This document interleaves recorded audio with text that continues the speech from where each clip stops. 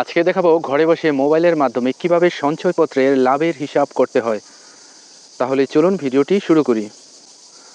প্রথমে আপনারা প্লে স্টোরে চলে যাবেন। প্লে স্টোর, এটার মধ্যে টাচ করতে হবে।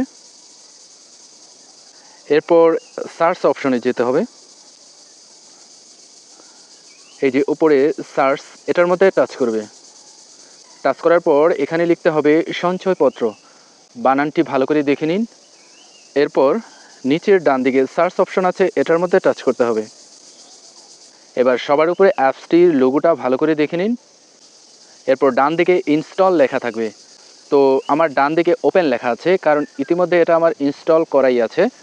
তো আপনাদের যাদের ইনস্টল করা থাকবে না তারা ইনস্টল করে নেবেন। তো যাই হোক, এবার আমি এখান থেকে বের হয়ে যাচ্ছি। অ্যাপটি ইনস্টল হওয়ার পর লোগোটি ঠিক এই রকম দেখাবে। তো এবার আমি এটার মধ্যে টাচ করছি। টাচ করার পর সবার প্রথমে সঞ্চয়পত্র ক্যালকুলেটর, তো এটার মধ্যে টাচ করব। টাচ করার পরে সঞ্চয়পত্রটা ঠিক কী ধরনের, এটা ওই যে উপরের ডান দিকে তীর চিহ্নর মতো একটা অপশন দেওয়া আছে, এটার মধ্যে টাচ করব।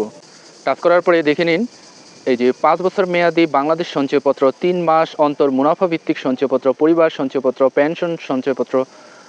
তো যার যেই সঞ্চয়পত্রের ধরন আছে সেই অনুযায়ী সিলেক্ট করতে হবে। তো আমি পরিবার সঞ্চয়পত্র, এটার মধ্যে টাচ করলাম। টাচ করার পরে যে আপনার মূলধন লিখুন। তো আপনার যেই পরিমাণ মূলধন বিনিয়োগ করা আছে সেই টাকার পরিমাণটা এখানে লিখতে হবে। তো এটার মধ্যে আমি টাচ করলাম। ধরে নিচ্ছি 12 লাখ টাকার সঞ্চয়পত্র বিনিয়োগ করা আছে। তো প্রথমে যে 12 লিখলাম, তারপর 5টা শূন্য।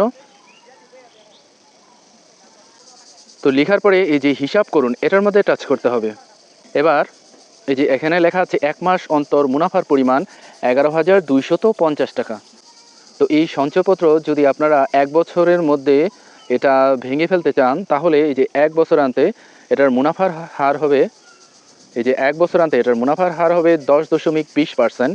আর 2 বছর হলে এটা 10.72%, 3 বছরে 11.28%, 4 বছরের মধ্যে ভাঙলে 11.87%, 5 বছর পরে গিয়ে ভাঙলে 12.50% হারে মুনাফা পাবেন। সকল তথ্য কিন্তু এখানে লেখা আছে।